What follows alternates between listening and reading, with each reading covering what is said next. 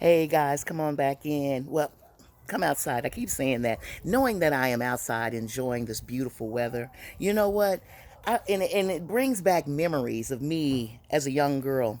Be back in the day. We take it back with that saying. Back in the day, I got my sip. I am drinking vodka and cranberry juice to that effect. Anyway, but yeah, I remember back in the day as a young lady, as a young girl. We had family. There was always family time, families gathering together. You know what I'm saying? We had our genre of music, our genre of clothing and hair and shoes. We had a style, just like any generation coming up behind us. They have a style that they wear. Now, me being older woman, being in my 50s, late 50s at that, hey, I carry myself as that, as in that age group, as a queen. I do. And I'm loving the era I'm in. I'm loving it. I go back, I can reminisce of when, but at this time in my life, let me have a say so about that. Back then in the time in my life, I didn't remember, I didn't know any different. I went along with everything as it's supposed to, what my mom taught us, the things that she instilled in us. That's what I was connected with. Didn't know any different. Was conditioned in school. As young kids, we didn't want to go to school, didn't like school, and I wasn't that good in school, but I did graduate. I did graduate high school. Thought enough of myself to do that. But all of the conditioning back in the 60s and the 70s and the 80s, with this being Black History Month, I went through a lot back in the days, back in those times. I was, what do you call it, segregated. As I was going from, I think it was the fifth grade to the sixth grade, maybe from elementary to middle school. I went to an all black school in Kansas City. Then we segregated. I think that's the word, segregated.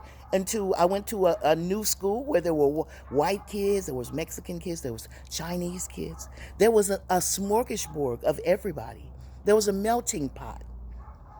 And I remember growing up, I was very curious. I was always a very curious girl, young lady, young girl.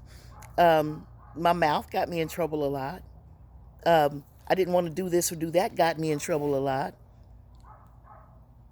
Yeah, the journey, the journey. You go back and you think back of how you were. And I was a handful. I know I was. In my late 20s, in my early 30s, I know.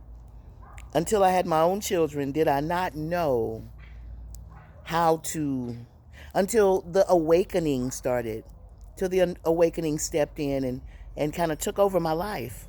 So from there on, a lot of the memories have kind of faded because a lot of it I didn't know were if they were true or real or not. I didn't attach myself to them. I let go. I released a lot of things that no longer served me as a older woman now. Yeah, they served me as a younger woman because that's all I knew. But as I've grown and as I've grasped at the different things in life to get understanding, I remember I used to cram that in myself. Well, church did too. In all you receive, receive understanding. So a lot of the Bible, not saying I use the Bible all the time, but I reference. I have files, bookcases of things that I've learned in my Christian journey that has brought me to this point that I can go back and reflect on and bring them up forth and work them in my life today. A lot of that. A lot of that. A lot of that. But just out in the backyard of my son's home, reminiscing, watching my granddaughters play. Yeah, connecting with family. I remember back in the 60s, I was a young child. 70s, I was even younger. My dad passed in 74. And that left me and my brothers and sisters and my mom. So we had to grow. Mom kept us in church, and hey, but hey, I am where I am today. I am who I am today. I'm giving glory and honor to God for being in my life, for residing over me. Thankful, grateful, blessed, beyond measure. He gives me that hope. My higher conscious self steps in and gives me that strength to push past everything that comes against me. I have knowledge. I have wisdom. I've expanded. I've enlarged my territory, my heart capacity. I've opened. I am ready to receive everything that God has for me. Thankful, grateful, blessed. Hey guys, I'm gonna let you go with that. I thank you guys for coming in and watching and checking out the video. And hey, be sure to give me a thumbs up if this video resonated with you, if it touched home in any type of way. You know, we're all individuals. We all have our own individual stories. I'm just sharing mine with you guys. Thanks for coming outside and hanging with me. Thank you very, very much. Enjoy the rest of your day. Make it a point to shine like nothing else. Nobody's watching. Shine. Because you're not doing it for people. You're doing it for the glory of God. Amen.